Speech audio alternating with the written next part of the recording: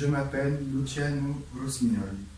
Je suis capitaine de la garde impériale de l'empereur Napoléon Ier. Je suis né le 14 août 1768 à Ajaccio. J'ai accompagné l'empereur dans toutes les campagnes et je l'ai suivi sur l'île d'Elbe. Monarchie créée par les coalisés pour lui dans l'archipel de la Toscane et non loin de la Corse, qui est, rappelons-le, le pays natal de Sa Majesté.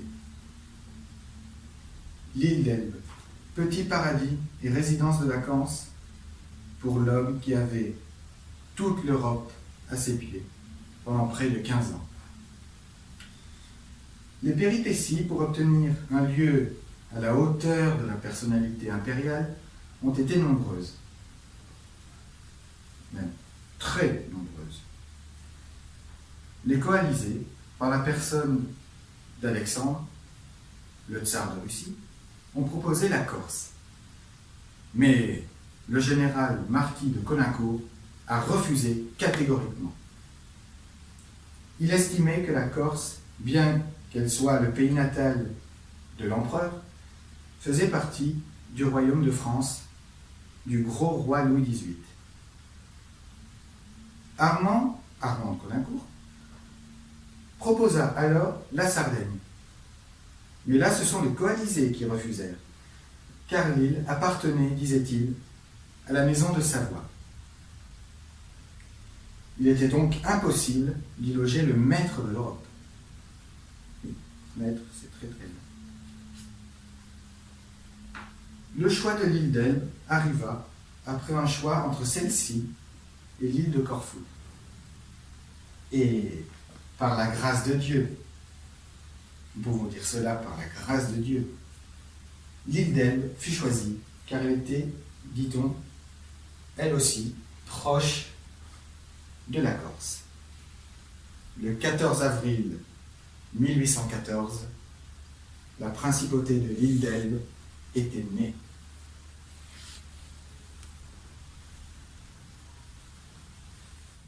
Après plusieurs jours de traversée depuis la France, le bateau transportant l'empereur arrive en rade de Porto-Ferraio. Le 3 mai 1814, personne, à part le gouverneur de la place et le maire de la ville, n'était au courant que Sa Majesté se trouvait à bord. Le 4 mai,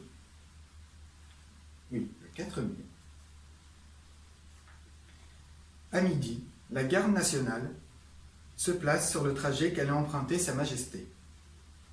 La population s'était massée sur le trajet et sur le port, sous un soleil de plomb. Il faisait peine à voir.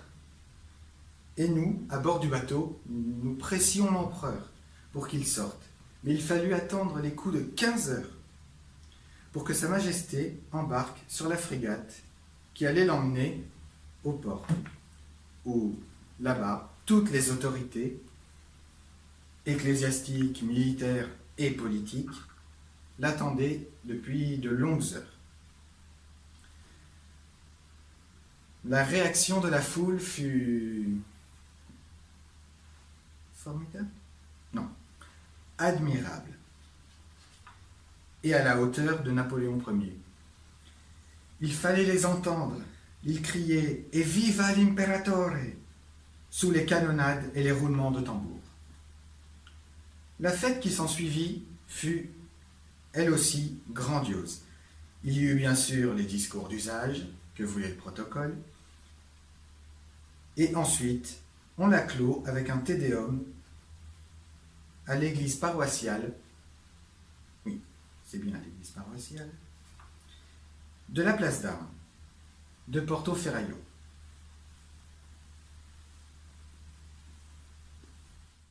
Après la grandiose arrivée, la question du logement se posa très vite.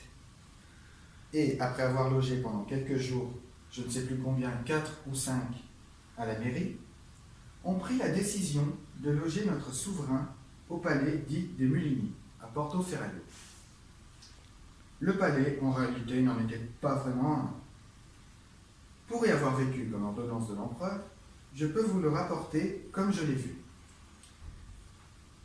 La maison, puisqu'elle peut être considérée comme telle, se constituait d'un rez-de-chaussée bas de plafond, divisé en une dizaine ou une douzaine de pièces, qui furent, et cela est très important, décorées avant l'arrivée de Sa Majesté.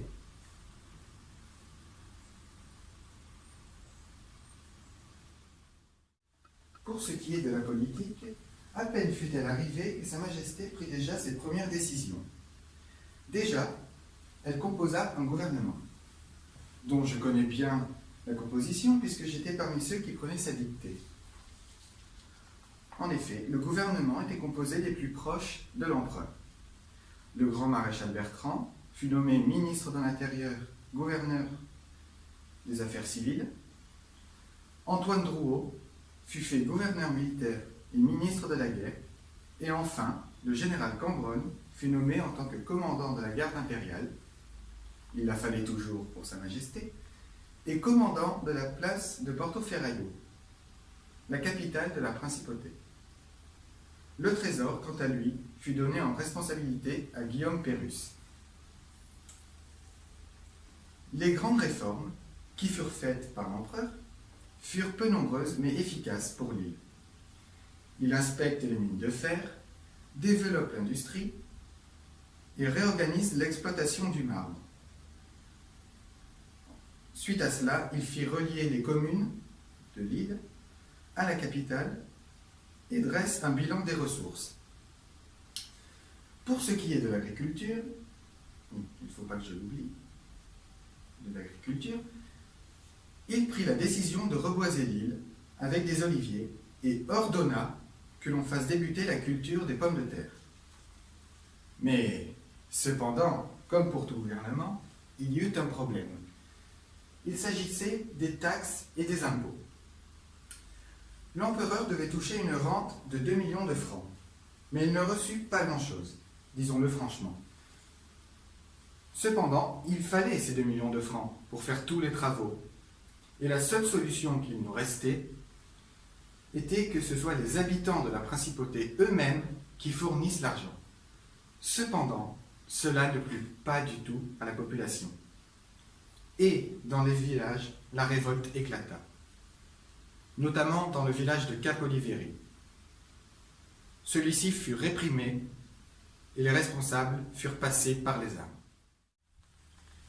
Je cesse de vous embêter avec la politique, qui est une chose, encore aujourd'hui, lourde et compliquée. Pour vous parler de la vie de famille impériale. L'impératrice Marie-Louise hésita longtemps à venir sur l'île, mais finalement, son père, l'empereur d'Autriche, réussit à la convaincre de rester avec lui, avec l'héritier du trône, Napoléon II. La sœur de Sa Majesté, Pauline Bonaparte, la femme du prince Borghese, passa un long séjour, oui, le mot est pas faible, un long séjour, sur l'île avec son frère. Présence qui était fort agréable. Je ne peux pas vous le cacher. En effet, elle organisait toujours des fêtes, pièces de théâtre et autres réjouissances qui mettaient en joie toute la cour, peut-on dire la cour, qui entourait l'empereur, et même les militaires qui le servaient. Madame Mère était là aussi. Elle calmait les colères impériales, mais aussi conseillait Sa Majesté pour certaines décisions. Mais Napoléon reste Napoléon. Il faisait ce qui lui semblait bon, à lui, sans écouter personne. Pour certaines choses, il ne valait mieux pas le contrarier. Malgré toutes les possibilités de travail et d'action de Sa Majesté sur l'île, elle n'en restait pas moins surveillée par les coalisés, et surtout par Louis XVIII, qui craignait beaucoup que l'empereur revienne. Les coalisés mirent un gouverneur anglais à la surveillance. Mais celui-ci passait plus de temps à aller voir sa maîtresse qu'à surveiller les mouvements de Sa Majesté. Profitant des nombreuses absences du gouverneur, Napoléon mit en place de nombreux réseaux. Quelle joie fut la nôtre quand on sut que les Français n'avaient pas oublié notre sire et furent désenchantés rapidement, très rapidement, du retour des Bourbons sur le trône. Avec l'empereur, on mit en place de nombreux plans pour le faire évader de l'île. Et le 26 février, Sa Majesté partit sous les acclamations de la foule. Point. Chapitre 2. Les 100 jours et la fin tragique de l'Aigle. Arrivé en France, l'empereur ne perdit pas son temps. Et même, il fut d'une rapidité incroyable pour rentrer à Paris. Et comment pourrais-je tourner cela ?